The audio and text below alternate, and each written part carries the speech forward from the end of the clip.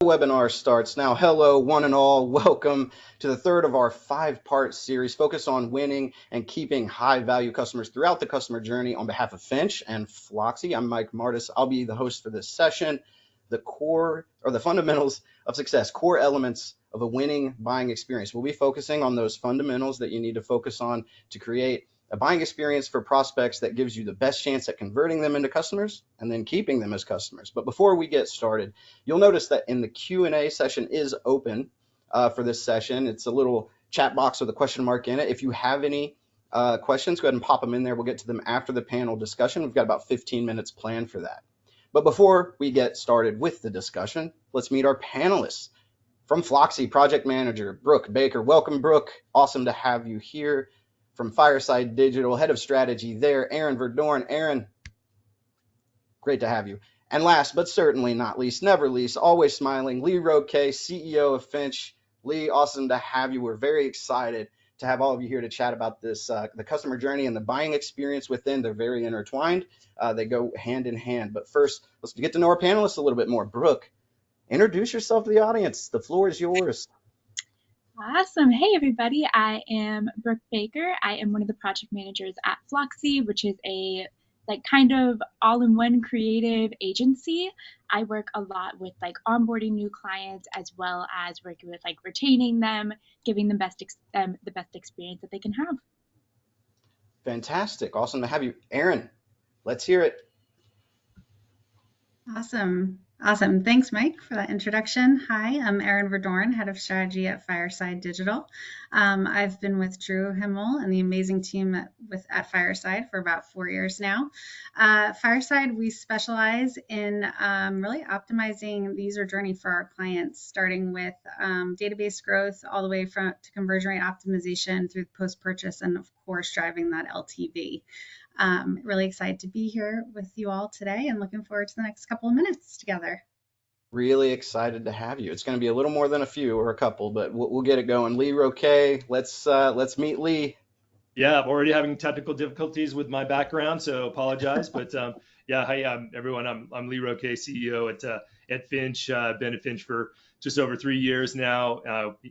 E-commerce marketing agency, really focused on driving great, exceptional experiences for our customers globally, and get to work with amazing people like Brooke and Aaron at Flocksy and Fireside, which has been great. And then, my background, I come from about 25 years in the broadcast media space, and was a marketing manager for a brand, and then got to spend a bit of time in the data space, really learning about the power of data and telling a great data story, which is some of the things that we're doing a little bit differently here at Finch. And then, of course, the customer experience management is so important. So I'm very excited to be able to, talk to everyone today and share. Awesome. Going to be a great discussion. But before we jump into the discussion, we do want to get the gears turning a little bit for the audience, do a little poll question. Go ahead and launch this.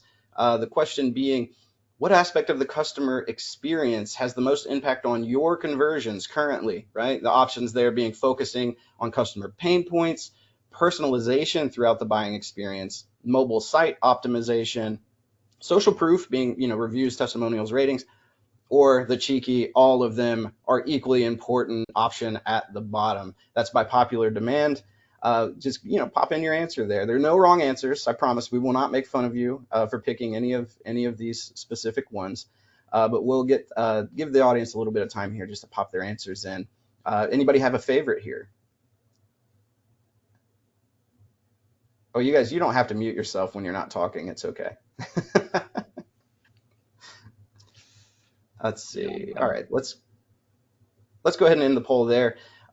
Just to share the results a little bit. We've got the obvious easy winner there. All of them equally important. Anybody have any insight into this poll a little bit before we jump in? Ooh, I was going to say, for me personally, sorry, Lee. Oh, no, go ahead. For me personally, I usually go with personalization through the buying experiences that I would have selected, just because that's what I usually focus on the most. Gotcha. Lee, do you have something? Yeah, no, I agree. I mean, I think every one of I'd have to go with they're all equally important. I think depending on what the outcome you're trying to achieve and where you can see that friction point for, whether somebody's dropping off or, not completing a purchase or, they're having a bad experience towards the end and impacting your loyalty. So yeah, I think, they're all important, but it just depends on what your outcomes are or achieving. Yeah, very good. Aaron, anything to add? You good? Yeah, I tend to agree, with Lee. I think it's really brand and business specific as you look at, all of the data, qualitative, quantitative, pulling that story together and really understanding where the biggest gaps lie and where the biggest areas of potential optimization are. I think it's different. It's a case by case specific where to lean into first. But I tend to agree, all of them being equally as important, as you think about the holistic user journey. Yeah, for sure. And, that's one thing I think is a common theme throughout this whole series is a lot of these things you can't take in a vacuum. A lot of them, it all connects. That's why it's a 5-part series. There's a lot to talk about, and they all are very important. But as we think about a buying experience specifically, I know it ties in really well with what the customer journey is. The buying experience really helps that customer journey, the conversion points in between, all the touch points. But Lee, when we think about a winning buying experience, when you hear that phrase, I mean, what comes to mind off the top of your head there? Yeah, that's a mouthful question for sure. Well, I think, kind of just dovetailing on what Aaron was saying and, Brooke too, I think at a marketing director I worked with, and this always stuck with me, Tony, he said, everything leaves an impression, right? And so, as you're building your brand and you're looking at what you want the outcomes to be for that experience, it's just really looking at, having the time to understand that journey. A winning experience can be defined by, whatever you put as your success metric. But I think we tend to kind of look at things as the acquisition win, which is, the purchase or whatever the call to action is that you're tracking, but also then thinking about it in the health of your organization is really looking at the retention, right? So both sides of the funnel. And I think as you kind of go through that and mapping those out, and I know the last couple of webinars talked about moments that matter and really looking at, again, but really I think starting at defining out what is the experience you want your brand to present to a potential new customer. So of course you start out with a great product and hopefully that is, the cornerstone because you want to be able to follow through with what your marketing's saying. I think, I heard this yesterday that, great creative and a great offer drive revenue. So, getting people to stop scrolling as they're, I think what is it now, 37 feet a day, people are just whizzing through their feeds. And if you can get someone to stop because you put the energy into having a great creative and an offer, and they click through into whether your mobile site or your website and making that kind of seamless, personal, trusted, frictionless experience kind of go through that the process of being winning the right to win that customer. But again, you also want to, I think, always be thinking about, okay, it can't just stop with the first purchase, right? You want to be thinking about, well, what is that second, third, what is that loyalty experience going to be? And I think the thing for me, when you're thinking about building a winning buying experience, put your customer hat on. If you make changes to anything in your buying experience, put the team that you have around you, because we're all consumers. We're emotional creatures. We react differently, but you should have a really good understanding of the brand experience you want in your own team. Go and buy things on your site. Go through the frustration of adding things to cart. Go through the checkout process. Do you have, and I know DJ or Scott from Shopper Approved, he had a couple good points, and great book if you pick it up. But making sure that you're using your reputation, the hard fought scoring that you get, and use that in the building campaigns. And if somebody clicks on something because they see you at a 4.5 out of 5 stars on something, have that on the page they land on. Have that on your mobile experience or your website, so that you instantly can validate that experience from one touch point to the next touch point to hopefully that that purchase. So I think there's a lot that goes into that. So I think it's mapping it out, defining the moments, defining your experience you want the customer to have, and then win them again. Yeah, sorry for the broad question there, Lee. We could have had, the whole 30 minutes here of you just answering that question for sure. But let's let's get some other people in. Yeah, Uh, no, please. I'll stop. it's all good. Aaron, as we think about what just building on what Lee just said, I mean, there are so many aspects to a customer journey, right, and a customer experience. Every little one, any little time can be the time somebody drops off, right? Like if you think about all the little touch points, from personalization, campaign optimization, pain points that you're focusing on, the personas and the people, knowing your audience really well, there's just so much to think about. How do you think brands should get started, even if they haven't thought about this stuff in the past? Yeah, it's a great question. To me, and I alluded to this a little bit earlier, quantitative data is huge when understanding where there are gaps in the customer journey. I can get more specific here in a second on what we'd look at and kind of detect those micro conversions, we call them at Fireside, because there's so many things that can influence the gigantic number of conversion and revenue, sales, new products, things of that nature, traffic, et cetera. But where we really like to hone in are what are those micro conversions that are the actions that the user is taking on the website once they land on your website that really tell the full story of where they are encountering those friction points. So what I mean by that is dissecting your data from in cohorts, honestly, looking at what is the behavior between new and returning customers, or what is the behavior, we see it all the time, the behavior between mobile and desktop users are so vastly different. So where are their individual friction points? And then kind of taking it one, level deeper of identifying the pages on the website that are giving kind of those large friction points. What I mean by that is looking at time on site, bounce rate of specific pages, bounce rate of a specific user cohort, returning users, new users on a mobile device versus desktop. So getting really granular with those findings has proved to be really beneficial to us at understanding what are those smaller needle movers that seem to be minutia details, but that ladder up to the bigger, number of conversion. To me, though, I'm a really big advocate of those numbers. As granular as you want to get with those numbers, it's still not going to give you the full story. At Fireside, we love tools like Hotjar, Crazy Egg that can really help to bring in that qualitative data to help amplify the quantitative data and tell that bigger picture. We spend a lot of time over here looking at user recordings, heat maps, including scroll maps, click-through rates, rage clicks. Where are users getting frustrated? Where are those areas of red coming up that are kind of like that ding, ding, ding?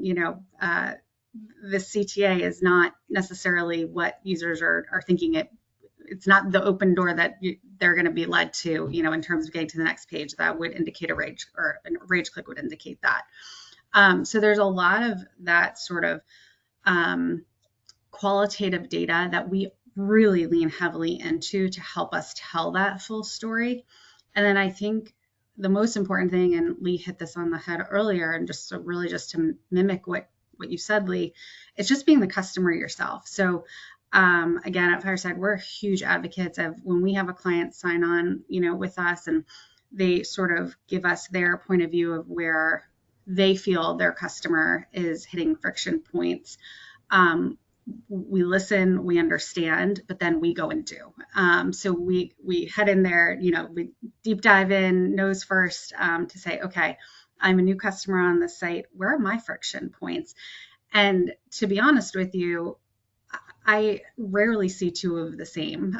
So it's places that are, are very brand specific, business specific. So uncovering and unearthing those is always a lot of fun when you can get to the bottom of it and then creating a game plan to mitigate it moving forward. Yeah, I think the key there is when you can get to the bottom of it, it's fun. When you can't, yeah, it's really frustrating, right? Always like a good puzzle. So Yeah, yes. no, it's at the end of the day, digital marketers, right? We're competing for kind of the most important commodity people online have, which is their attention, right? You're just trying to get their attention. That's how it all starts. You get their attention. Now, now you have a finite amount of that attention that you can bank on before they're going to get frustrated or they're just going to leave, right? So how can you smooth that out? How can you make that as seamless or as frictionless as Lee likes to say as possible, right? Because you're competing for attention, and even if you have a super stellar customer experience, no, just to Aaron's point, no two, still very rarely are you going to find two customer conversion journeys that are actually the same. So that it's kind of, you have to measure them side by side to get a really good look at and in really granular, as granular cohorts as you can, to really get an idea of what's going on there. But Brooke, I wanted to jump in with you. Anything to add there? I've been told I move on to questions too quickly. Does anybody have anything to add there? You are all good. Mainly all I have to say is like everything that you guys do is what feeds into like what I do, because I focus mainly on like the customer pain points and the personalization of like understanding where they currently struggle and figuring out how to best help them forward and how we can like what our skill sets fit in to where their pain points are. And I am like always a huge note taker, so like we're always like my team is very collaborative on having like notes that we can all jump into so that we can take note on like who's struggling where and which things also are trending right now, because a lot of times what we're doing is like if you see a new trend on social media where like of course everybody is moving into reels and everything, that then affects us because we have a lot more people that come in and they're like, hey, I need to start moving into the video space. So we also kind of have like that data as well to kind of play off of to figure out like and get ahead of it a little bit so that when they do come into a demo, for example, and they're like, hey, this is where I need help, I see that everybody's doing this, we're already one step ahead of like, here's exactly how we can help. Yeah, and to that point, Brooke, to your expertise of kind of managing this, there's all of these different parts which can include lots of different teams, right? You're talking about sales, marketing, success. How do you, as a project manager, kind of make sure all of those parts come together? Like, how do you think about prioritizing at the end of the day, what to do next, what to do first? That's a really good question because I feel like sometimes I don't think about how much everything feeds into one another because I'm so focused on like the one part. But I forget the fact that like marketing will give me a heads up and be like, hey, we're running these ads that kind of focus on like these teams. Like we might have an influx of people that are looking for the help within video editing or copywriting, for example. So already having that heads up, then when it goes into sales of like these people coming in that are like, hey, these are where I need help. How can I have help here? Like, where can you support me? Where like do I need to provide and all of that, it definitely all flows into each other. And that's where like me mentioning that I'm like huge note taker and like anytime I can collaborate within like Google Sheets or Google Docs or anything, being able to have everybody's input in one area that we can all reference on, especially even like past them like purchasing a subscription is so nice to be able to like consistently come back to it because it truly is all about like making sure the client feels supported in their decision of like buying a subscription as well as knowing like where they're throughout the process after that too. Yeah, and when it comes to that collaboration, Lee, I don't if you have anything to add here, but I know that Finch really put the focus on collaboration with their client base and with the tools that they use that Finch uses there.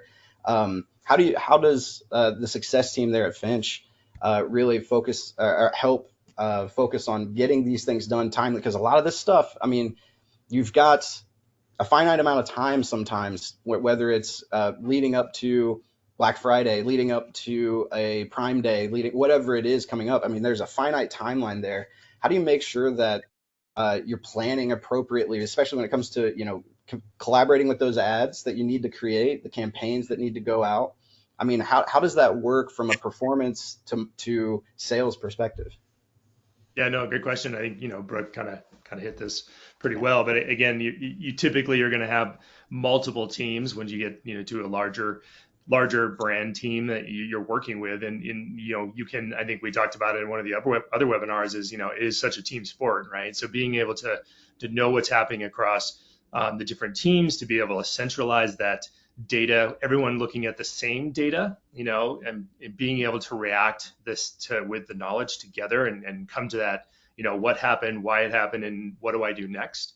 So really creating, I mean, at Finch, we've created an in-house software package that we use, and it's all focused around transparency, centralizing data, collaboration, because the more the team can share insights and knowledge, the quicker we can turn around whether we need to do more of what's working or make the change to stop doing and pivot. And then that only comes from, that collaboration element with the customer, with ourselves, and then, having a really good way of just tracking, if those changes drive actually the outcomes you want. Yeah, for sure. Aaron, I see your hands raised. Do you have something to add there? Yeah, no, actually, it was just to piggyback off of something that Brooke had said earlier regarding creative and ads. Mhm. And I failed to mention earlier that that's a huge aspect of really driving a seamless user journey on the site.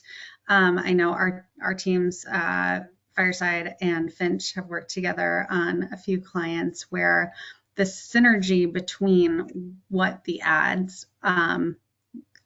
content is, the copy, the creative, and where we're actually landing those users on the site is a huge component of success. And understanding, once the user is on the site, where they came from and what was it that drove them there. So a few things to look at there, linking strategy, landing page. We always kind of look at the highest, traffic pages, lowest converters to start with. Hey, we're driving a ton of traffic. Where are they going? What's their front door? But also, what was kind of the transportation vehicle or the ad that got them there?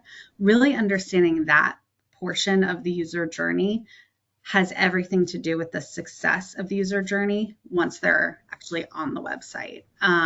So just what Brooke, you were saying earlier really resonated with me in regards to that, because that collaboration from a back-end perspective or internal perspective before it gets to the customer is huge, to have that alignment going into clients.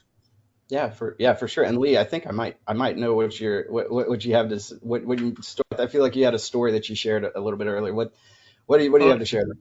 No, I was just gonna say, I think one of the things that on a customer project that, Aaron and I worked on, and I think we did work with Flocksy on this customer as well. One of the things that was interesting, because we all have processes internally that we come with, and we're trying to make our businesses as efficient as possible. But I think we had an aha moment, Aaron, where we're like, well, why are we doing this step before this step? Because if Aaron's team looking at the website, the CRO, all the data that she loves to look at, if we had brought the team in earlier, and we did that, and it really helped. So I guess breaking up maybe some of the traditional ways, trying some different things, getting that feedback, and that could help the team experience as well as the customer experience. So Absolutely, I've always been an adamant anti-silos guy. So anytime we can break those down, and I feel like that helps almost every time. I can't think of an example really off the top of my head where a silo benefited, where somebody was doing something in a kind of in a bubble. But Lee, let's jump into some specifics here. When you think about those pain points for the shopping, specifically for the shopping experience, like you said, putting your customer hat on. What are some of those biggest pain points that we typically see that really are affecting conversions? Yeah, no, and I'll share a story here, but I think just to kick this off is this balance, and I've always trying to learn it myself. Is you're trying to, as a business, as an agency, or even as a brand team, you're really focused on business efficiency. You're trying to make sure your margin's there. You're trying to make sure everything is as easy as possible internally to remove friction. And a lot of times you can kind of put your business objectives ahead of your customer experience. So really looking at, this balance of business efficiency and experience management, and the experience management platform, or losing the word. Anyway, experience management is really focused on customer, team, product, and brand experience. So, for example, I do a lot of shopping on Instagram. I was looking for a new shirt, which I'm actually wearing today.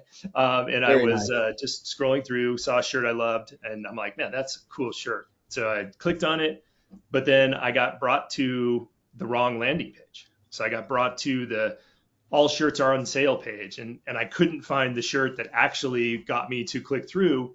And so I spent a couple of minutes trying to find the shirt, And I got frustrated, and so I left and went back, and luckily a couple scrolls later I got presented with a new shirt, and so clicked on the shirt, got right to the shirt, clicked my size. It was super easy to put the shirt in the cart, and then the personalization kicked in, which was great. I was able to see a couple other things that was kind of in the same category that were my size. So I ended up buying two shirts within probably 4 minutes. Great experience. Got my notification. I got alerts when things were coming my way. The shirts came nice and packaged with a thank you note.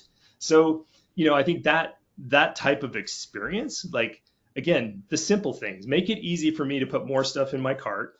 Don't make me jump around. Don't take me to the wrong pages. And really just making sure that, again, putting the customer hat on and just making sure that that is the experience you want. Anyway, that was what kind of got me to like, that's a frustration that you have every once in a while, and that's an easy one to solve. I know Aaron's going, oh yeah. Yeah, we have a real world example there of a losing buying experience and then a winning one, right? So that second company saw that you clicked on that other company's shirt, probably had a remarketing campaign for anybody who clicked on or went to that other website, served it to you immediately with the right shirt at the right time, and got you to convert and got two conversions out of you, like Yeah. two shirts. But you hit on something really important that I think is people don't, because we call it the buying experience. The buying experience extends until that product gets to the Mm, house, gets to the location, and then after that as well, right? So yes. to your point of getting the notifications that, hey, the product's on its way.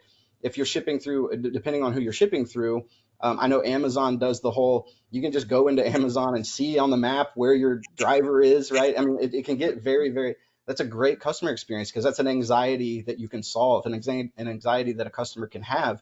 Like, I bought this thing. Is it coming? Is it on its way? I didn't get an email. What's going on? At the end of the day, whether they get the shirt or not, that experience could keep them from buying from you again because of that Yeah. anxiety they experienced, right? No, So 100%. And now, that's then the hard part happens, right? You've won the business. I'm a customer. I'm happy with my purchase. I thought the experience was great.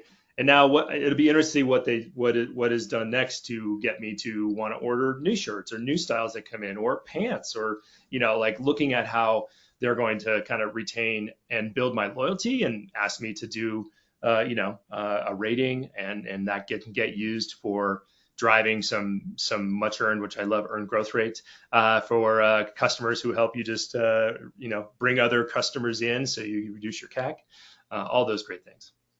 yeah, absolutely. And at the end of the day, the only way to get that feedback of that post-purchase experience is through reviews, asking your customers what Mm. they liked and didn't like, paying attention to that stuff. But uh, piggybacking on that, Aaron, how do we even? I mean, I mentioned the reviews and post-purchase things, but there are so many touch points and things you can measure. How do we go about finding those pain points and then go about remedying them or identifying them in the process? And saying, hey, this is where things are happening, negative things are happening. We should do this to fix it. Yeah, I think a lot stems from kind of what I was alluding to earlier with understanding that quantitative data. So in the example that Lee shared, the approach that we would take, we call it a traffic analysis at Fireside, where we would look at all of, basically from a 90-day view, typically is what we look at. 90-day view, here's all the traffic flowing to the site. Then their entry point. So what's the front door that they're coming into, and where are their friction points? So we look at, what are the traffic drivers that are converting the highest or converting the lowest? Which ones have the highest bounce rates? Which ones have the lowest bounce rates? Which ones have the highest add to cart rates? Add to cart actually tells a lot about the user journey, because that's ultimately the biggest indicator of conversion. I always say this, a lot can happen from adding to cart to checkout. A ton can happen in that. I know it's 2 pages, 3 most, but usually 2. So much can happen, even from user distraction, right? Yeah, something happens, you put your phone down and you complete the purchase later. So really the goal is that add to cart. That add to cart shows that intent to purchase, meaning the product journey thus far, the user journey thus far has done its job, including the product detail page, giving the information about the product. So in Lee's specific example, where a traffic analysis would really help to shine the light on that first brand, Lee, that you were speaking to, is I would expect, if we dug into that brand and said, okay, traffic from social, there's a ton of traffic coming in, but it's really low converting, high bounce, we would kind of zero in there and take a sharp lens to why is that. Then we'd sprinkle in the qualitative data. So we'd look at user recordings, we would go through the journey ourselves, we would hop on, to Instagram Lead just like you did, we would experience that, and voila, that's a linking strategy issue. It's also a product findability issue. So that's product findability as well, which would lead me to really understanding, hey, is it a functionality issue, meaning the science of the website, or is it a merchandising issue, which is content strategy, more of the art, I call, of the site? And in that case, Lee, that is a glaring product findability issue, which is the curation of merchandising and product assortment on your site. And that's really what would lead me in that direction to go figure out a game plan in that realm. But it really all starts with that deep dive of traffic analysis. We always start very broad and then kind of keep digging until we get that flashlight shining in the right direction and are able to remedy it. Yeah, for sure. Brooke, I wanted to get you in here a little bit because what I was thinking of there is whenever something like this happens, where I always use the example of watching my mom shop online, right? My mom loves just like you. She loves shopping on Instagram, Facebook, wherever she is. If she sees a product she likes, she'll go, and almost every time when she finds one, she'll add it to her cart. And it's almost like she uses these different sites as like holding areas for things she likes. Instead of like bookmarking the page, she'll just go back to that website and see, oh, I put this stuff in the cart, right? And it can be crazy frustrating for marketers because like, why aren't you buying this thing? And usually that comes down to win-backs, right? Win-back campaigns or abandoned cart campaigns.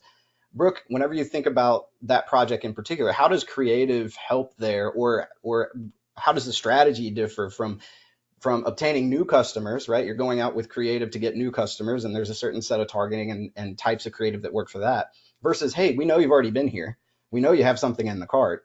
What is the strategy? How is it different there for creative specifically? Ooh, that's a good question. And I also feel like, just kind of going back to Lee's example, also with like our site, we try to make it very easy that if like it's somebody else from the company or something that's needing to look into Flocksy and figure out like what they are getting from us or like what we do offer, try to have everything like up front so you're not having to go in and search for that. Because that's really one of the biggest things. It's like I've also even looked into like a few different AI note-taking tools and stuff. And it's so frustrating to not be able to like find the information you need ahead of like trying to commit to something. Because then if I were to take it to somebody else, it would be hard to be like, hey, what do you think about this product or this service? So that is definitely a big part of it. And I feel like that also kind of plays into like our demos as well. It's like the demos are really a part where we can like identify those pain points, bring in the personalization, really show them how we can help them ahead of them, like going ahead with buying the subscription. And I feel like being able to kind of like talk to somebody face to face, see where they're at, give them the resources they need. So if they do need to go back to like their team or something and say, hey, I had a really great meeting. I met with this sales rep. They gave me all this information. Here's everything you can review. What do you think? So Yeah. I feel like that's definitely a big thing. Oh yeah, for sure. And I think, at the end of the day, it all starts, Aaron, to your point. You have to gather the information. You can't really know what to do. Guessing in this space is really difficult, for lots of reasons. One of them I mentioned earlier, the customer journey is going to be different for everyone. Everyone shops a little differently, right? Everyone, my mom puts stuff in carts and then just leaves the tab open on her phone, right? And then she'll come back later and be like, oh, and kind of scroll through all the stuff she's done. Other people do it way, much differently. So it's hard to know how to prioritize it unless you're measuring really, really well. And Brooke, to your point, no measurement's ever going to be perfect. You're never going to be able to perfectly measure everything. But Lee, you have your hand up. Do you have something to add there? Well, first off, I do not put stuff in my cart and then come back months later like your mom. So, I got to um, show my mom this webinar. Shout out to Rhonda.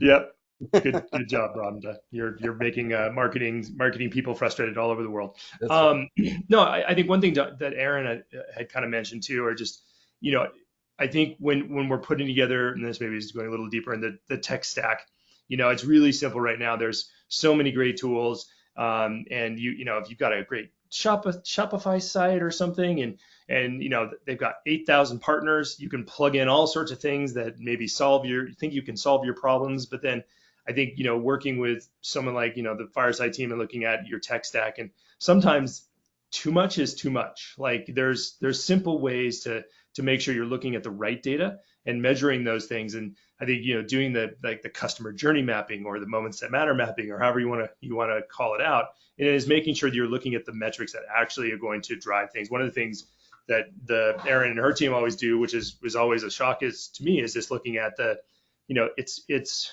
the marginal gain approach of looking at your customer journey and the moments that matter. But 0.5% increase in your conversion rate, or 1% increase in your conversion rate, or time on site, or certain things that can drive the win of getting a new purchase. It can be a small little thing that can make such a difference to the overall revenue. So really looking at making sure that, I guess my point is, you don't have too many things in your I guess system stack that you're looking at the metrics that really do matter, and really hone in on improving those 1% jumps across that journey is just, I don't know, sorry, rambling on here, but Aaron, I think that we talked about that a few times, and it's such a great point.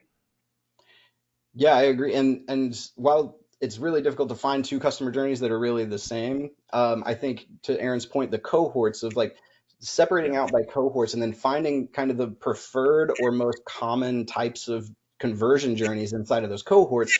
If you go in and you make these small adjustments, let's say you have 10 of them, 10 different cohorts you're looking at for different products, and you just increase a quarter or 0.5% conversion rate on each one of those, that's going to add up quite a bit over time, right? You're going to end up that your overall site conversion rate is going to really be affected by that stuff. So while it seems like lots of times, I know as marketing professionals, we get a lot of clients that are kind of looking for a magic bullet fix that's going to just jump their conversion rates or jump their revenue or profitability numbers. And at the end of the day, it doesn't usually work like that. It usually is very much let's make small adjustments along the way that gets us to where we want to go. And then after 6 months, you look at the graph and it's ticking up, right? And you got to where you wanted to get. It's just taking a little bit longer than you expected, right? But that's going to be Aaron, did you want to add there?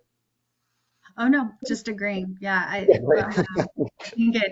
a lot of times, or oftentimes, we're looking for that silver bullet, and often 9 times out of 10 there is no silver bullet. It is a culmination of the micro conversions that are ultimately driving towards that goal of increasing conversion, increasing revenue.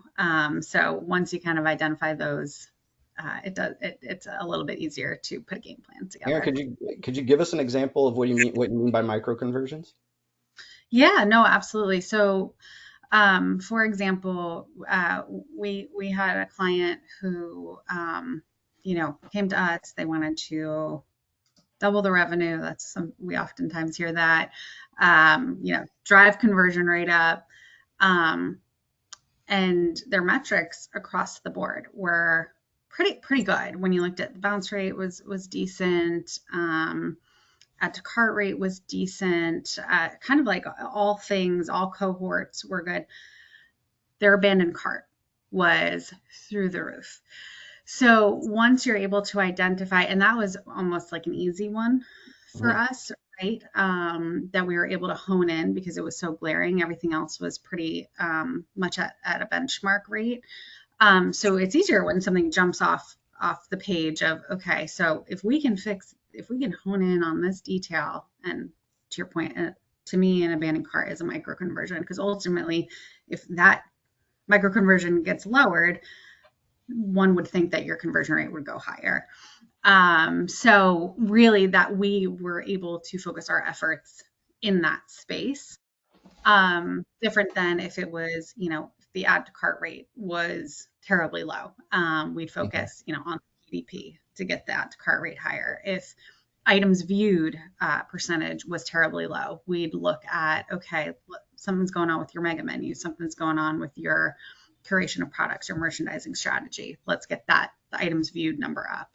Right. So those are all the conversions in the user journey that can help to pinpoint where to focus efforts first. Not all the time is it as glaring as, oh my goodness, your abandoned cart rate is through the roof, but it was just a good example to use. Yeah, for sure. Lee, did you have something?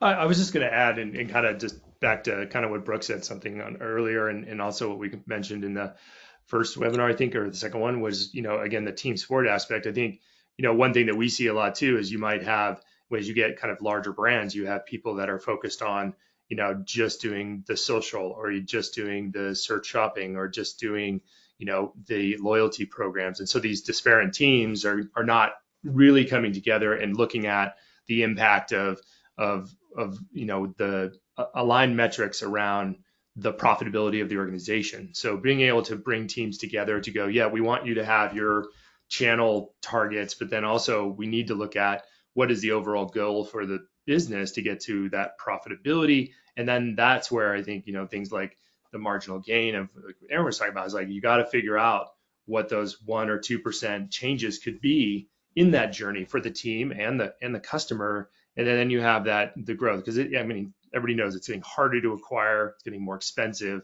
and a healthy business should be, pushing 80% of, repurchase rate as a recurring revenue as a healthy measure of growth success and hitting that experience management so well. So making sure that team sport concept, everybody's looking at the data, everyone knows what the success metrics are, and then finding those gems of the 1% change can make such a difference on everything downstream, and the health of the brand. Yeah, for sure. Well, that's going to do it for thank you all for those awesome insights. Honestly, really good stuff, really juicy stuff for the marketers to chew on there. That's going to do it for our pre-planned kind of panel discussion. Let's jump into some Q&A session here. Again, Q&A is open. If you have some questions you want to throw in, use the little Q&A box on your screen there. But let's start off with an audience submitted question here. So in the age, and by the way, this isn't for anyone specific, so anyone who wants to jump in or raise your hand, go ahead and give your thoughts here. So in the age of kind of automated emails, right? Everyone expects, to Lee's point, you expect an automated email after you make a purchase, an update email when it gets shipped, an email when it gets to your house, right? And all of these other things, and then emails after that, automated emails after that to get you to come back and repurchase. In that era, do you think that personal contact, like an actual person engaging with a client at some point throughout that journey is important to help retain clients? You think it's burdensome for businesses and the client?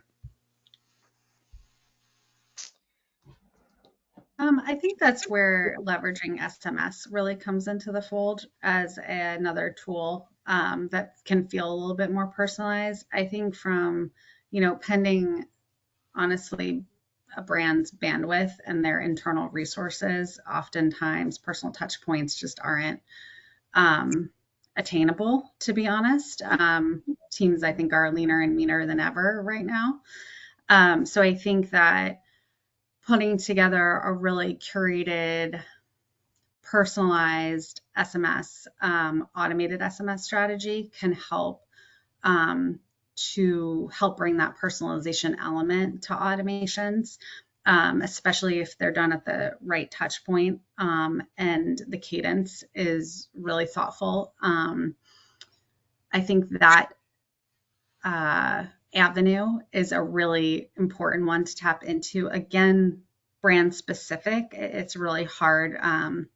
We obviously at Fireside work across a multitude of industries, and so I wouldn't say it's a one size all fit, but I think that that's a really important methodology and means of communication with your customer to think really strategically about, because it lands on their phone, different than an email you can kind of just delete, you don't even have to open.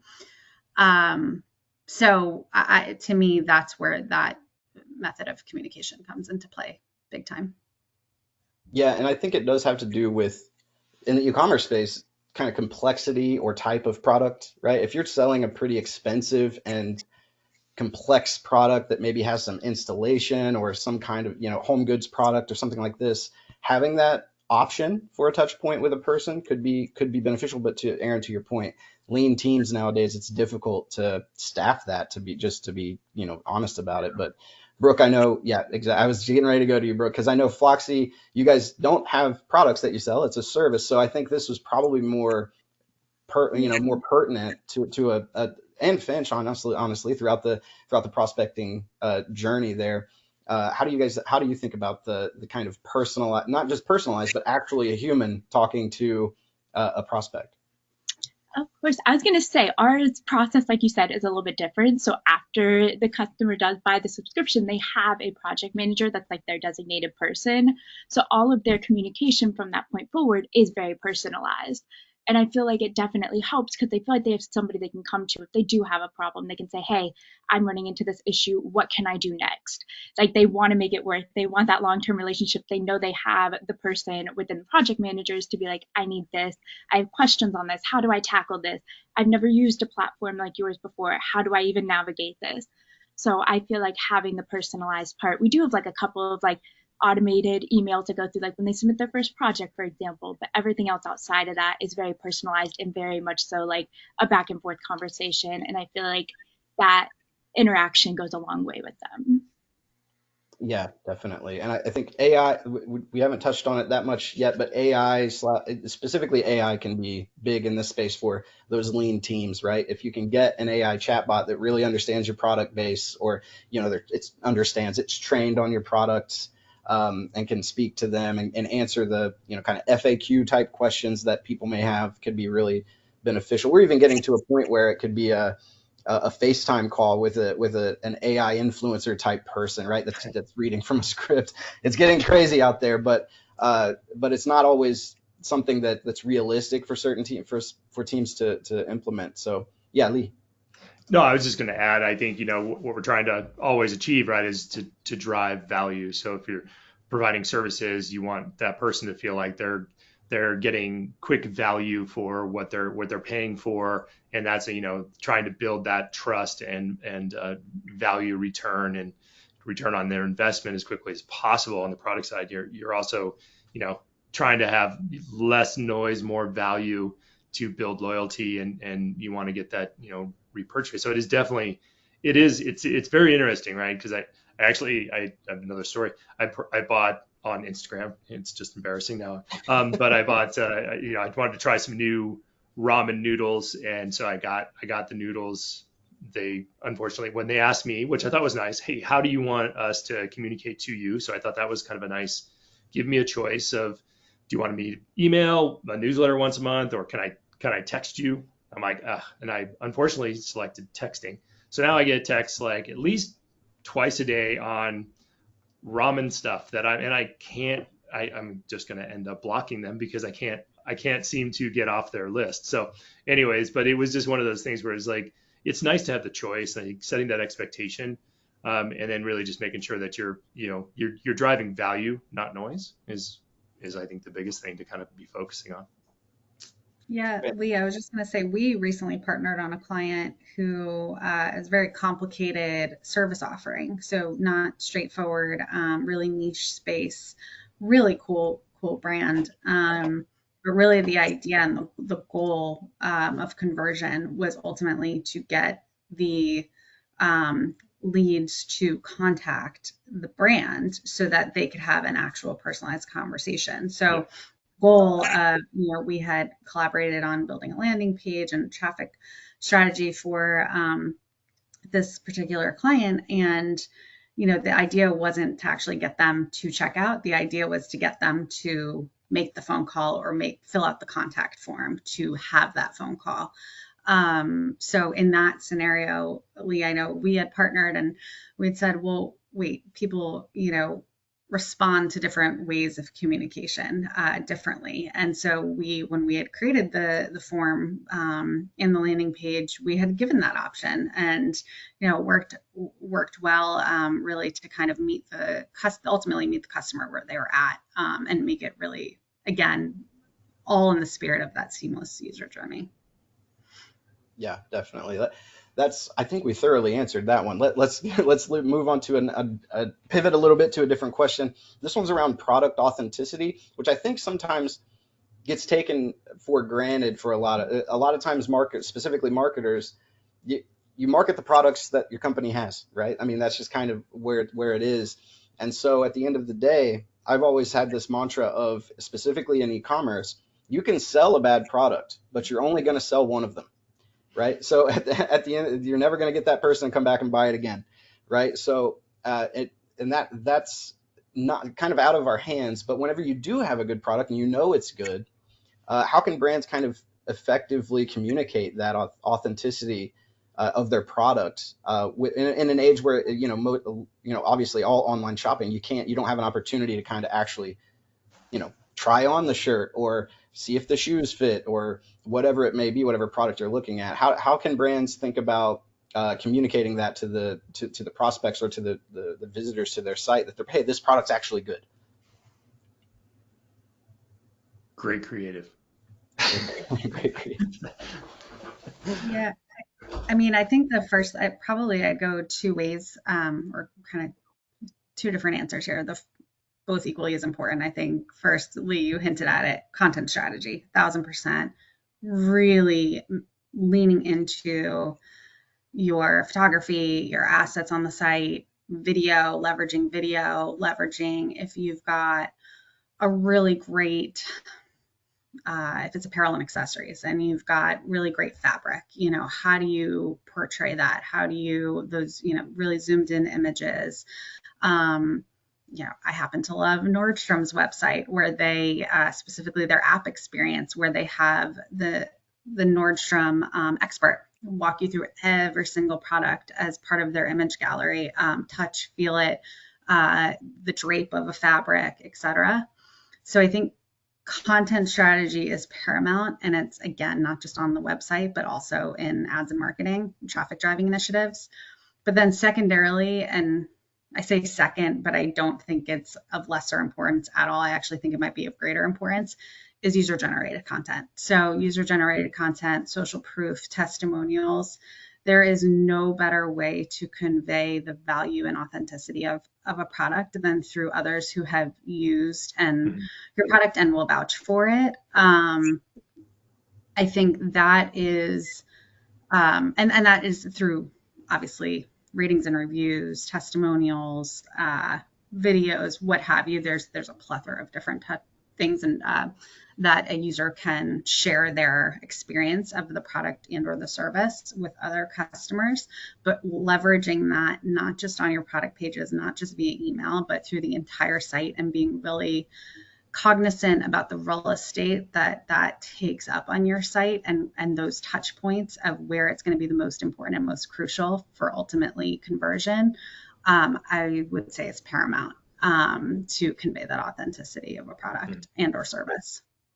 Definitely. And Brooke, you have something to add? Yeah, I was gonna say I agree with that 100%. Also, with like our service, it's like art's very subjective sometimes. So we have like a lot of examples of like stuff done by the team on our Instagram, on our LinkedIn, scattered around our site. And that way, like the customer can kind of see their work within it in a way, and they can kind of like see how they fit in. And I also feel like you guys were saying, content is like everything. And we even do like artist spotlights on our social media where like our marketing manager Sarah does a lot of interviews with our team, and that also kind of helps give that personalized side of like, hey, this is a real person working on my stuff. Here's some of the things they really like about working on these pieces, and here's pieces that they really enjoyed working on. So kind of also just being able to see how much it's enjoyed doing those things also, I feel like, kind of ties into that. Yeah, for sure. And as much as it pains me to say it as a marketer, a lot of times your best marketers are your customers.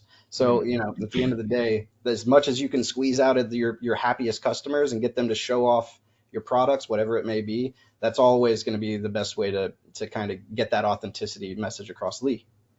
Yeah, no, I just want to add what Brooke and Aaron nailed it. I mean, it's again, trust, right? When you go to look at something, do people like it? Getting that user generated content. But I think Brooke hit a good point too. I mean, some of your best ambassadors are some of your own team to share their excitement about being, part of a brand, part of that experience, the team experience, the customer experience. So, being able to bring that together, it adds authenticity. And I think a lot of us are craving that, is want to be part of something and being loyal to something that actually makes us feel good. So yeah, no, I think that was, yeah, good job. I like that. Awesome. Yeah, and Brooke, or I'm sorry, Aaron, to your point about the Nordstrom website, that's one of the things I try to keep in mind when you talk about the experience there. Think about how, if you were to walk into a Nordstrom's, right, and there are salespeople there, do they run up to you and throw ads in your face or throw coupons at you or ask you a bunch of questions? Usually not. Usually they're going to come up to, they're going to let you browse around a little bit, see what you're looking at, get some information on you, go introduce themselves, learn your name, learn what you're about, and then they'll try to sell you what they think you're interested in. They can take you to some products that maybe you didn't know were there or couldn't find, and help you out. Like if you can try to, it's going to be difficult to replicate that online with an online store, but as much as you can with chatbots or AI recommendation engines or whatever it is, the more you can try to replicate that in-person experience on your website, I think the better chances you're going to have that people are going to enjoy that experience, and it's going to extend your runway of how long they'll stay on your site, because hey, they're getting something useful out of this. They're learning about new products. They're seeing things maybe they clicked on that one shirt ad, but oh my gosh, they've got these pants that match perfectly, right? Or something like this, right? Or they sell the shirt in this bundle with pants and shoes. That's awesome, right? Like that's exactly what I want. Or a belt or whatever, right? So I think if you can replicate that, that's really, really important. We're really running up on time here. So I've got a few more questions, but I think what we're going to do, the questions we didn't get to, I'm going to put those in a follow-up LinkedIn post. So everybody go and follow Finch and Flocksy and Lee and Brooke and myself and Aaron. You'll see us tagged all in this post. We'll answer those in the comments section of that post. We really appreciate that. And I want to thank the panelists. You guys were awesome. Thank you for your time, for your awesome insights. I think we learned a lot, really good discussion. And most importantly, thank you, the audience, for joining us for the third session here of our 5-part series. We have 2 more to go. Join us in exactly 1 week at the same time as we continue to explore how to win and keep high-value customers. Sarah Fitzgerald from Flocksy, she'll be hosting the next one. That's going to be about growth strategies, so blending your paid, organic, and loyalty for a winning formula. That's going to be awesome. I hope to see everyone there. And you can learn more about the rest of the series and sign up for the rest of it at flocksy.com/webinar. Thank you all for coming, and we'll see you next week.